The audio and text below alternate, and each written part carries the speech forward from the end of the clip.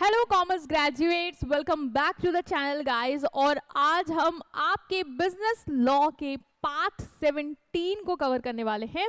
तो Indian contract act almost अब ख़त्म ही होने वाला है कुछ वीडियोस में, 4 to 5 वीडियोस में, आई गेस उससे कम भी लगेंगी। और आज जो इम्पोर्टेंट टॉपिक है वो काफ़ी ज़्यादा एग्जाम में पूछा जाता है और बहुत ही interesting and I would say कि बहुत ईजी टॉपिक है।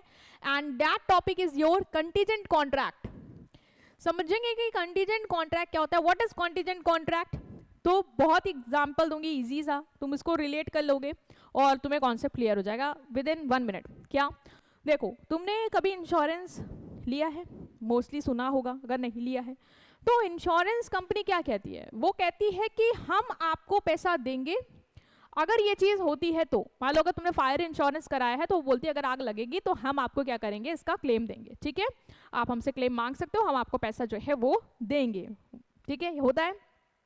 हेल्थ इंश्योरेंस में भी होता है कि तुम्हारी तबियत खराब होगी तो तुम्हें जो भी मेडिकल एक्सपेंसेस हैं वो लाइफ इंश्योरेंस या जो भी मेडिकल इंश्योरेंस जो भी लिया वो पे करती है। लाइफ तो खैर लाइफ का होगा। तो वहां पे क्या हो रहा है, यहाँ पे जो भी इंश्योरेंस कंपनी है वो किसी इवेंट के होने पर, और ये इवेंट क्या सर्टेन है कि होगा? नहीं मैम, हो भी सकता है, नहीं भी हो सकता, आग लग भी सकती है, नहीं भी लग सकती है। बट अगर लगेगी तो वो तुम्हें पैसा देगा और नहीं लगेगी तो नहीं देगा। तो इन्हें हम क्या बोलते हैं, ये कॉन्ट्रैक्ट क्या है जो फ्यूचर अनसर्टेन इवेंट की हैपनिंग पे डिपेंड कर रहे हैं, इन्हें हम बोलते हैं कॉन्टिजेंट कॉन्ट्रैक्ट। क्लियर? तो a contract to do or not to do something if some event collateral to such contract does or does not happen. याद रखना, मतलब एक ऐसा कॉन्ट्रैक्ट जिसमें तुम कहते हो कि तुम कुछ करोगे या नहीं करोगे। अगर कब some event collateral to such contract, मतलब जिसके लिए, जिस इवेंट के लिए तुम वो कॉन्ट्रैक्ट कर रहे हो, अगर वो होता है या नहीं होता है। तो जैसे कि इंश्योरेंस, फायर इंश्योरेंस के केस में फायर इंश्योरेंस वाले ने तुमसे कहा कि अगर आग लगेगी, मतलब ये इवेंट है, अगर ये आग लगेगी तो हम आपको क्या करेंगे, पैसा देंगे, और नहीं लगेगी तो हम आपको पैसा नहीं देंगे। तो सिंपल है, contract to do or not to do something if some event collateral to such contract does or does not happen. होगा तो करोगे, नहीं होगा तो नहीं करोगे। ठीक है, ये होता है तुम्हारा कॉन्टिजेंट कॉन्ट्रैक्ट। एग्जाम्पल देखो, वसूली भाई है, वो प्रॉमिस करते हैं बप्पी भाई को कि मैं तुम्हें 5 लाख रुपए दूंगा अगर तुम्हारा घर जल जाएगा तो। अब इसको भी नहीं पता भाई घर जलेगा नहीं जलेगा, घर जल गया तो अब क्या है, अब वसूली भाई को क्या करना पड़ेगा, बप्पी भाई को पैसा देना पड़ेगा। ये क्या है, ये कंटीजेंट कॉन्ट्रैक्ट है। कैसे? क्योंकि इसने प्रॉमिस किया था ये कुछ करेगा। कब? अगर कोई अनसर्टेन इवेंट जो कोलेटरल है इस कॉन्ट्रैक्ट के, मतलब जिसके बेसिस पे ये कह रहा है, तुमको कॉन्ट्रैक्ट कर रहा है कि मैं ये चीज करूंगा, वो अगर हो जाती है तो किसने कहा था कि आग लगेगी तो मैं तुम्हें क्या करूंगा, पैसा दूंगा। तुम्हें भी नहीं पता आग लगेगी नहीं लगेगी, तो फ्यूचर अनसर्टेन इवेंट है, उसी के बिहाफ पे कॉन्ट्रैक्ट हो रहा है, और अगर वो होता है तो वो तुम्हें पैसा देगा। और वैसा ही हुआ, आग लग गई तो अब वसूली भाई को as per his promise 5 lakh rupees देने पड़ेंगे। ठीक है, ये क्या है, कंटीजेंट कॉन्ट्रैक्ट, क्योंकि पता नहीं है इवेंट होगा या नहीं होगा, इट्स कंप्लीटली अनसर्टेन। ठीक है, इंश्योरेंस, इंडेमनिटी, गारंटी, ये सब कॉमन एग्जाम्पल है। इंश्योरेंस वाले भी जो तुम्हें कहते हैं, गारंटी देते हैं कि हम आपको पैसा देंगे, उन्हें भी नहीं पता कि इवेंट जो जिस बिहाफ पे वो कॉन्ट्रैक्ट कर रहे हैं, जो कोलेटरल इवेंट है, वो होगा कि नहीं होगा, है ना। अगर होता है तो वो करेंगे, नहीं होगा तो नहीं करेंगे। This is what, this is contingent contract. Okay, तो मैम जो सिंपल कॉन्ट्रैक्ट होते हैं जहां पे कोई कंडीशन नहीं होती, उन्हें क्या कहते हैं, उन्हें आप पढ़ के आए, एब्सोल्यूट कॉन्ट्रैक्ट। ऐसे कॉन्ट्रैक्ट जहां पे प्रॉमिसर प्रॉमिस करता है कि वो इवेंट करेगा, कॉन्ट्रैक्ट को परफॉर्म करेगा बिना किसी कंडीशन के, है ना। मैंने तुमसे कहा कि मैं तुम्हें गुड्स डिलीवर करूंगी, तुम मुझे उसका पेमेंट, तुमने मुझे प्रॉमिस किया कि तुम उसका पेमेंट करोगे।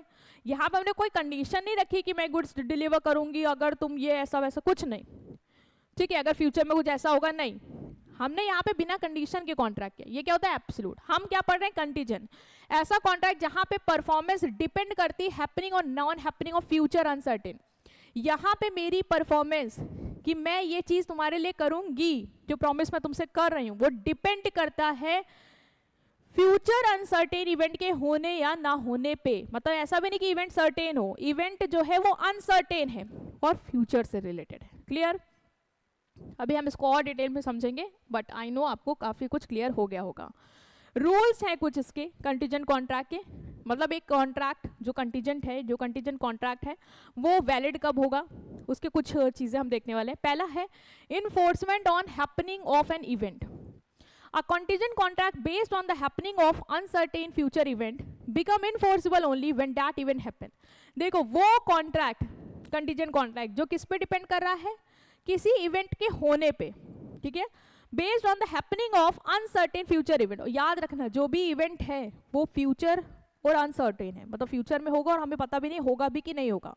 तो अगर मेरा कोई प्रॉमिस है जो इस बात पे डिपेंड कर रहा है कि फ्यूचर में अगर ये चीज़ होगी तो मैं तुम्हारे लिए करूंगी, उस केस में मुझे वो चीज़ करनी पड़ जाएगी, मतलब वो इन्फोर्सेबल हो जाएगी अगर वो इवेंट हो गया।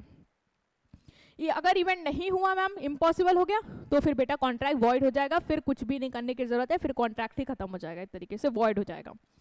जैसे एग्जाम्पल देखो, एलेक्स ने प्रॉमिस किया था पीटर को कि वो 5,000 रुपए देगा, ठीक है, कब, अगर शिप पोर्ट में आती है, मुझे नहीं पता शिप पोर्ट पे आएगी नहीं आएगी, फ्यूचर की बात है, आ भी सकती नहीं भी आ सकती है, लेकिन मैंने उसको कहा है कि अगर आती है, ठीक है, if this happens what, future uncertain event, then I will do something for you, I will pay you 5,000, ठीक है, ठीक है।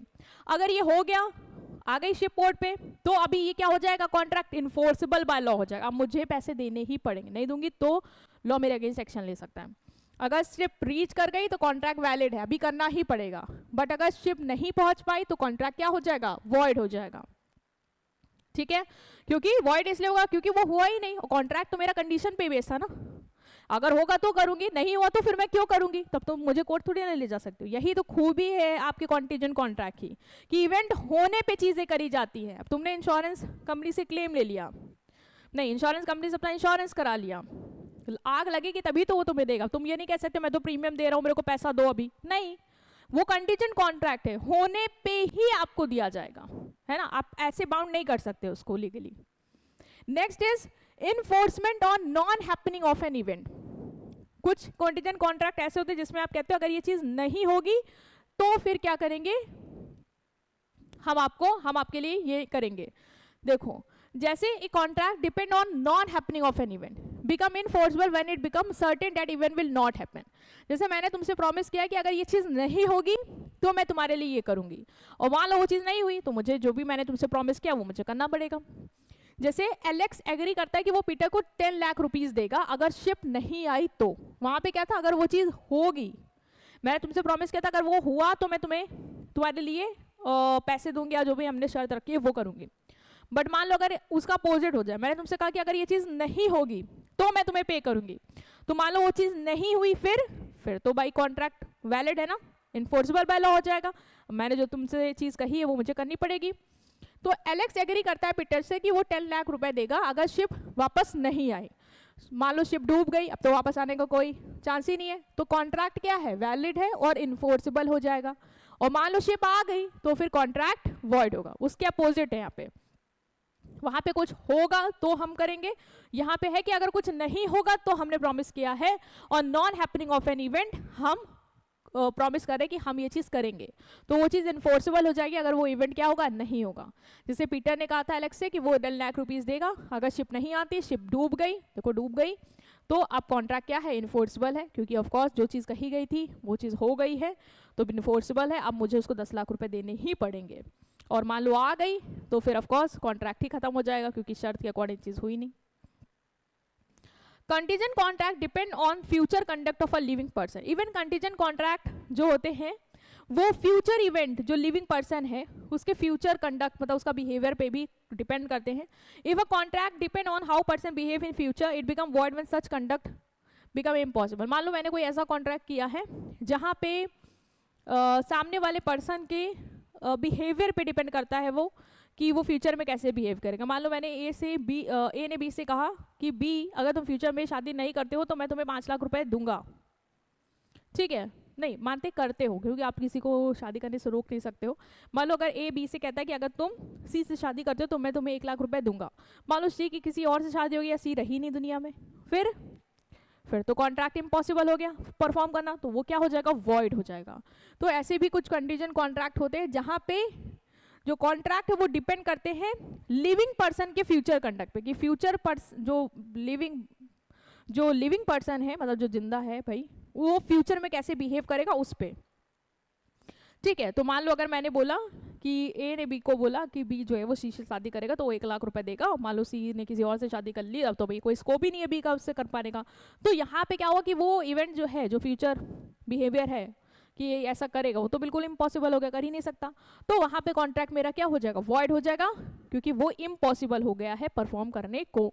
ठीक है, तो इस तरीके के भी कंटीजेंट कॉन्ट्रैक्ट हो सकते हैं जो लिविंग पर्सन के फ्यूचर कंडक्ट पे डिपेंड करते हैं। Next is a contract contingent on happening of event with in a fix time. अगर मान लो कि हैपनिंग है, लेकिन मैंने बोला कि एक समय मैंने फिक्स कर दिया, उसी के टाइम ही होना चाहिए, मतलब कंडीशन रख दी टाइम को लेके कि इवेंट होगा तो दूंगी, लेकिन वो इवेंट इतने ही टाइम में होना चाहिए तब ही दूंगी, तो ये डबल कंडीशन आ गई ना। तो वह ना contract depend on the happening of event with in a fix time, कि अगर होता है तो देंगे, लेकिन जो हो रहा है वो भी एक फिक्स टाइम पे होना चाहिए, मतलब ऐसा नहीं कि कभी भी होगा, नहीं। It become void if the event does not happen with in a time. तो ऐसे भी लोग कॉन्टीजेंट कॉन्ट्रैक्ट करते हैं जहां पे टाइम की भी बाधा लगा देते हैं कि होना तो ठीक है लेकिन विद इन दैट टाइम होना चाहिए, उससे अब चला गया, टाइम के बियॉन्ड चला गया तो वॉइड, भले हो गया हो। If become void if event become impossible before that time. जैसे एलेक्स है, उसने प्रॉमिस किया है कि वो पीटर को 5000 देगा अगर शिप आती है वापस, लेकिन यहाँ पे एक टाइम की कंडीशन डाल दी कि 1 साल के अंदर आनी चाहिए। तो अगर शिप 1 ईयर के अंदर आ गई तो कॉन्ट्रैक्ट वैलिड है, और अगर शिप विद इन 1 ईयर नहीं आई, मान लो 2 साल बाद आई, तो आ तो गई लेकिन टाइम वाली कंडीशन नहीं सेटिस्फाइड हुई, तो कॉन्ट्रैक्ट क्या हो जाएगा, वॉइड हो जाएगा। ठीक है, एलेक्स प्रॉमिस करता है पी को कि 5000 देगा अगर ship does not reach with in 1 year, if ship does not reach contract valid. हाँ, मतलब एक तरीके से ये भी कर सकता है, ये प्रॉमिस कर सकता है कि अगर शिप 1 ईयर के आ गई तो वो 5000 देगा, तो शिप अगर 1 ईयर के अंदर आ गए तो कॉन्ट्रैक्ट वैलिड है। ये भी कर सकता है दूसरी तरीके से कि ए ने प्रॉमिस किया हो, एलेक्स ने प्रॉमिस किया हो कि वो 5000 देगा अगर शिप वापस नहीं आएगी 1 साल के अंदर, मान लो शिप 1 साल के अंदर सही में वापस नहीं आई, वो 2 साल में आई, तो कॉन्ट्रैक्ट वैलिड है और यहाँ पे उसको पैसा देना पड़ेगा। ठीक है, तो दोनों सिचुएशन हो सकती हैं, दोनों एग्जाम्पल दिए हैं कि मान लो अगर टाइम बाउंड किया है कि 1 साल के अंदर होना है तो वैलिड है, और मान लो अगर कहा कि 1 साल के अंदर नहीं होना चाहिए, वो बाद में होना चाहिए तभी हम देंगे पैसे, तो अगर वो साल के बाद हुई तो तुम्हें पैसा देना पड़ेगा, उस केस में वो कॉन्ट्रैक्ट क्या रहेगा, वैलिड रहेगा। तो इवेंट की हैपनिंग पे डिपेंड करता है, लेकिन टाइम भी क्या कर देते हैं यहाँ पे हम फिक्स कर देते हैं कि इसी समय में होना चाहिए। नेक्स्ट है agreement contingent on impossible event. मान लो कि मैम ऐसा कोई एग्रीमेंट कर लिया कि ऐसा हुआ तो करेंगे, लेकिन वो इवेंट जो है वो इम्पॉसिबल है, मतलब वो हो ही नहीं सकता। जैसे कि मैंने बोल दिया कि अगर तुम ताजमहल जो है वो आगरा से दिल्ली ले आओगे तो मैं तुम्हें 10 लाख रुपए दूंगा, अरे ये चीज़ तो हो ही नहीं सकती, फिर तो ये कॉन्ट्रैक्ट होते पहले से ही वॉइड होते। If a contract is based on impossible event it is void from beginning, ये शुरुआत से ही वॉइड है, क्योंकि तुमने पढ़ा था ना कि कॉन्ट्रैक्ट जहाँ पे इम्पॉसिबल इवेंट को करने के लिए जो कॉन्ट्रैक्ट किए जाते हैं वो पहले से ही वॉइड होते हैं, मतलब लॉ की नज़र में वो कहीं से एग्जिस्ट ही नहीं करती वो एग्रीमेंट, है ना। जैसे अनुराधा ने कहा कि वो श्याम को 1 करोड़ देगी अगर वो ताजमहल दिल्ली से मुंबई लेके आए, ताजमहल दिल्ली से मुंबई लाना पॉसिबल है कि वो उठा के इसको लेके यहाँ पे आ जाएगा, नहीं ना, ये तो इम्पॉसिबल चीज़ है। तो ये होना ना होना फ्यूचर में तो हो ही नहीं सकता ना, इम्पॉसिबल, कोई कंडीशन ही नहीं है। ठीक है, तो ये कॉन्ट्रैक्ट इस केस में क्या होंगे, ये वॉइड हो गए। ऐसे तुम्हारे दिमाग में भी आ रहा है कि अगर ऐसा करने का कॉन्ट्रैक्ट कर ले, तो अगर कोई भी वॉइड चीज़ का कॉन्ट्रैक्ट, मतलब कोई भी इम्पॉसिबल चीज़ का तुमने कॉन्ट्रैक्ट किया है तो वो कॉन्ट्रैक्ट ही वॉइड है, उस केस में वो होना ना होना ही पॉसिबल नहीं है ना, वो इम्पॉसिबल है। तो तुम उसके बेसिस पे किसी को कॉन्ट्रैक्ट नहीं कर सकते किसी से, और ये भी नहीं कह सकते कि देखो तुम ताजमहल नहीं लेके आए, अब तुम मुझे पैसा दो, है ना। तो ये सब चीज़ें आप नहीं कर सकते, ये चीज़ याद रखना। तो यही था आपका पूरा चैप्टर, ठीक है, बहुत ही ईजी था। कॉन्टीजेंट कॉन्ट्रैक्ट में कुछ शर्तें होती हैं, वही आपको देखनी थी कि क्या क्या शर्तें हो सकती है, क्या रूल्स हैं इसके, ठीक है। आई होप आप अंडरस्टैंड कर पाए हैं। नेक्स्ट पार्ट में हम बाकी पार्ट्स को भी कवर करेंगे। Till then take care of yourself, thank you.